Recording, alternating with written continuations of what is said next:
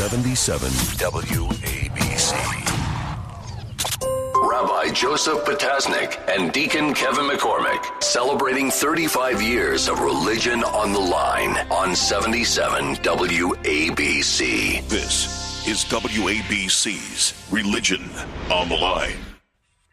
Welcome back, Religion on the Line. I'm Rabbi Joseph Potasnik. I'm Deacon Kevin McCormick. Deacon, do you remember when Roy Moore, running for office, his wife stood up there, her name is Kayla, and she said, "We know Jews, we got the lawyer is a Jew." Well, he's not. Yes, he's he's actually not. a Christian. Yeah.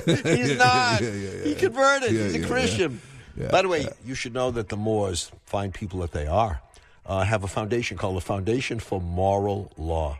I love that. You know, I love Foundation that. for Moral Law from a That's guy it. who was banned. That we don't know if he did anything, but we do know he was banned from a mall. Yeah. I don't know. Not for shoplifting. No, Yeah. he said banned from a mall. Yeah. Great guy. Great American. And he's your great American judge. He's your judge. Yeah.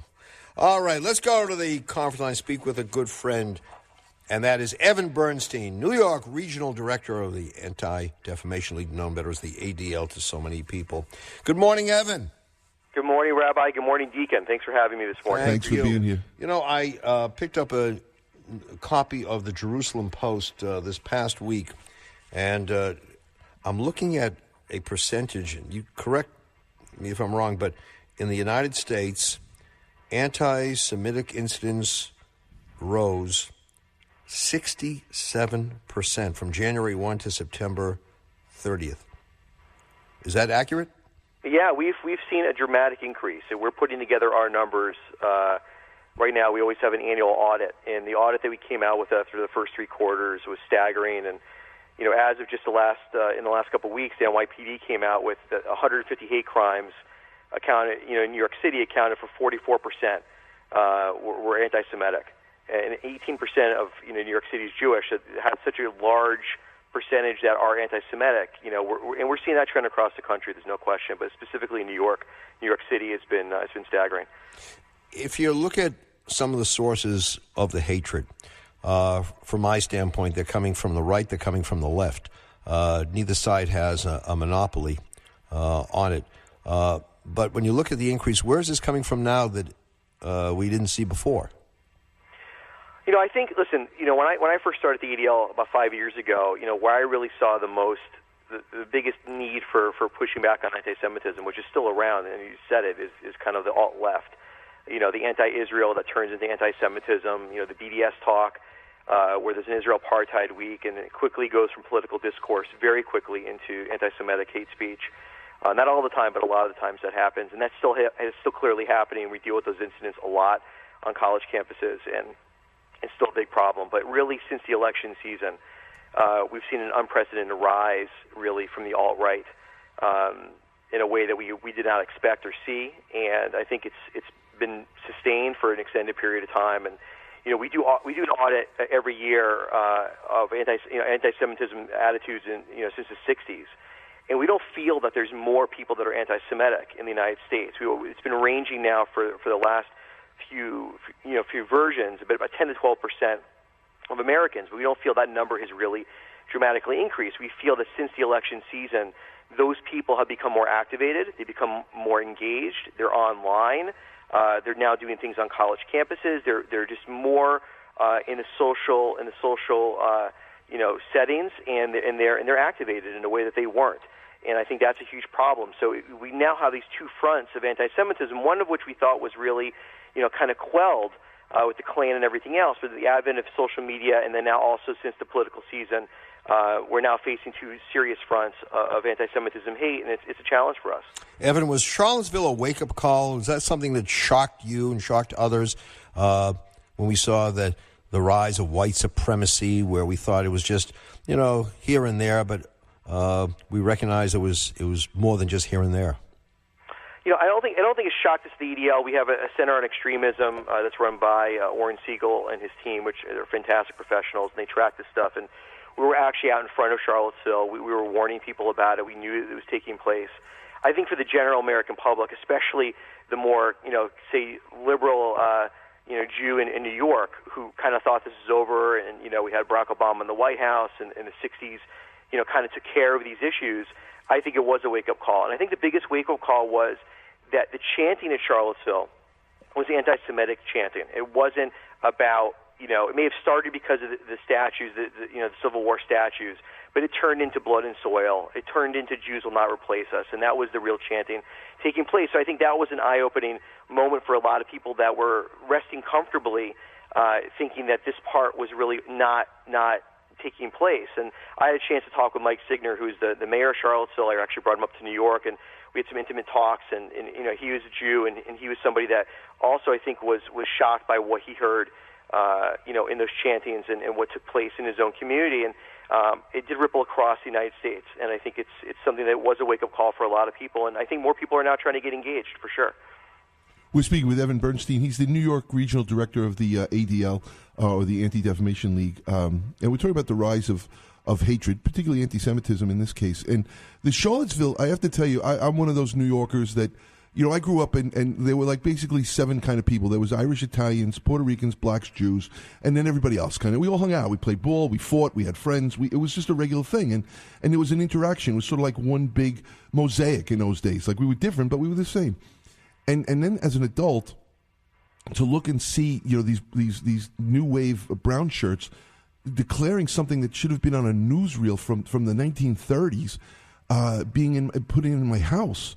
I have to tell you, it was sobering to me. I mean, we've seen the desecration of a cemetery or a shul, which is a disgrace.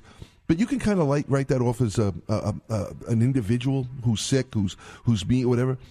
But this was just horrendous. And then the inability for there to be a universal call of disdain and condemnation was the thing that I think woke me up.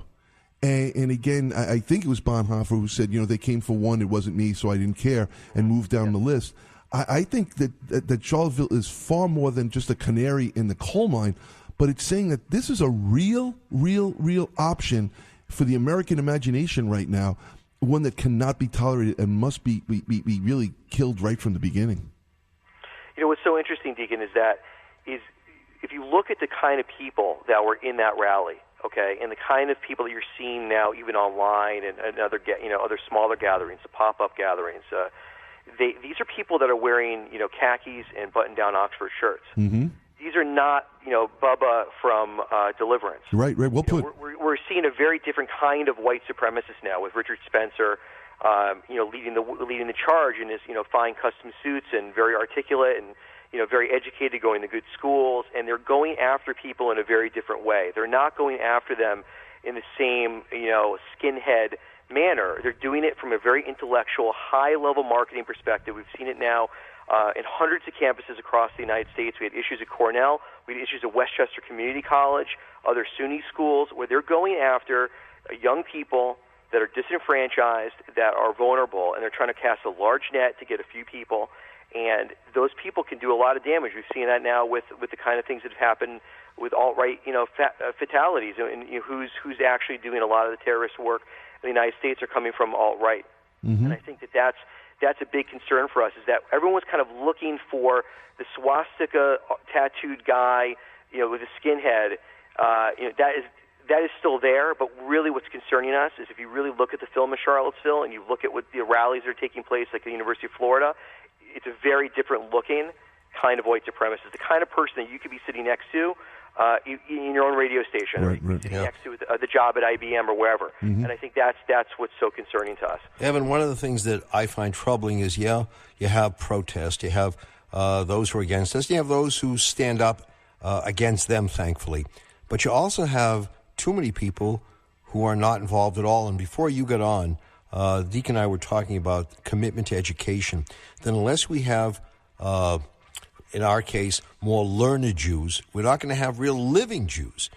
You need people who are part of community, understand the tenets of faith, understand responsibility. We talk about don't oppress the stranger. That's mentioned 36 times in the Bible. But if you're not aware of your Bible, you don't realize the responsibility you have. So what does ADL do, for example, to inspire people to go beyond responding to hatred? It's a great question, Rabbi. I think, for us, it's a couple of things. Number one, I think it starts with not being siloed off. I think we are really into trying to get people especially in schools, talking that are of different faiths and different colors. You know, Deacon, you talked about how you had a melting pot in your own community, and I think unfortunately America is you know, really since the 60s, especially in the Jewish population, they went out into the suburbs, and even I'm guilty of it as well, where your kids live in a bubble and they're not experiencing other people with other faiths, other colors, other religions, whatever it is. And I think, you know, that's a problem. You know, when people aren't talking and people don't know each other, and the narrative that's driven for them can sometimes be the wrong narrative or the misinformed narrative.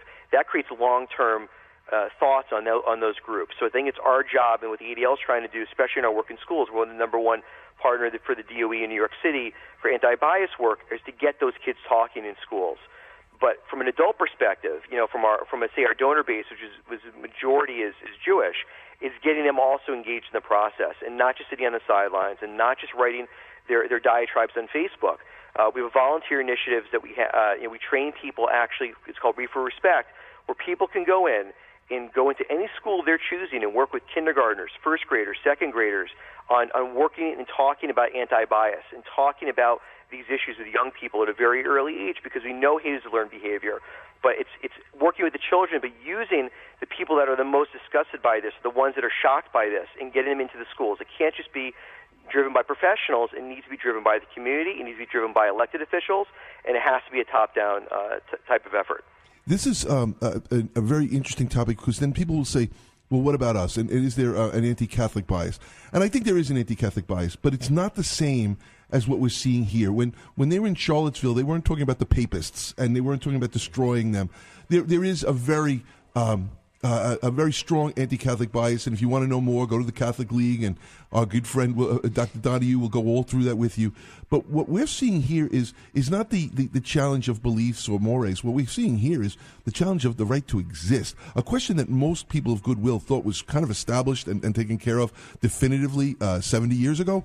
So for the people listening and saying, well, you know, there's bias against everybody, there is, but not like this. And this is something that this is not a Jewish problem, by the way. In America, I don't think it's a Jewish problem. Obviously, you're at the point of the spear, but this affects all of us in a situation where we can allow people to think that it's their God-given right to hate a people and almost be blessed in their hatred and in their destruction. Well, Evan and Deacon, what I found inspiring is the response to Charlottesville, is the number of people of different faith communities who came together, who stood around that synagogue, who said to the Jewish community, we are with you, we will stand with you, we will protect you. I see in New York, for example, when there's an attack on a synagogue, it's not just the Jews who protest.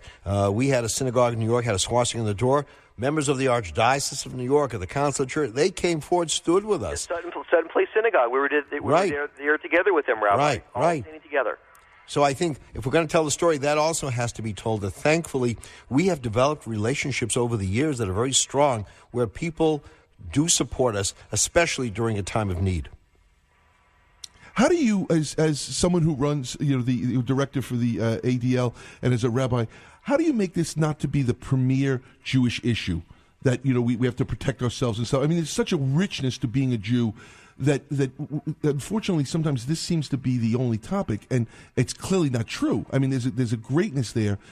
Is there a fatigue? Is there a victim's fatigue? Am I saying this right? And I mean, no disrespect by this question. Evan, you answer first.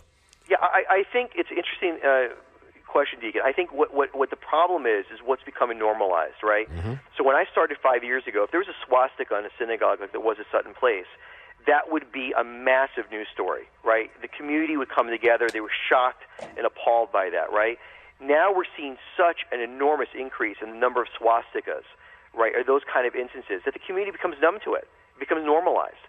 And I think that is something that's very, very concerning. Is that when you talk about fatigue, is that what normally someone would have been crazed about, they're like, oh, it's just another swastika on a school, or it's just another swastika on a synagogue. And I think the concern is when does that crest over to when that becomes anti-Semitic harassment has become accepted, or anti-Semitic assault becomes accepted. And I think that is where my fear is. And I think, you know, I'm not saying that trend is going to happen tomorrow, but it's certainly starting to happen around the vandalism. And as someone that deals with this on a daily basis, and my team does, that is very, very concerning to us. And Evan, coupled with the fatigue factor, is that fringes are creeping, or maybe not even creeping anymore, but they're getting into the mainstream.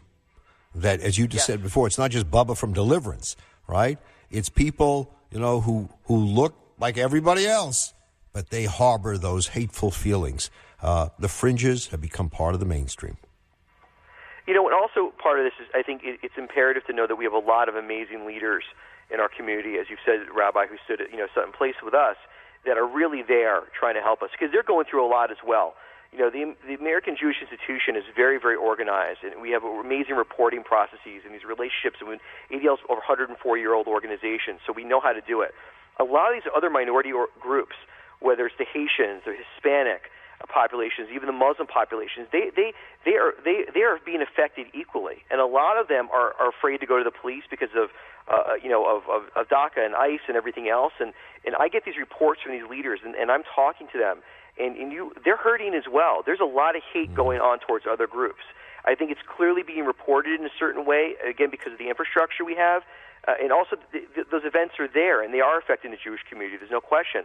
But other minority groups as well right now are feeling a lot of pain and are experiencing a tremendous amount of hate. And I think we, as a Jewish collective, also need to be aware of our brothers and sisters in those other corners and help them as much as possible as well. All right, Evan Bernstein, New York Regional Director of ADL. Thanks so much, not just for being with us today, but thanks for your commitment to confronting this challenge of hatred against the Jewish people and other people as well.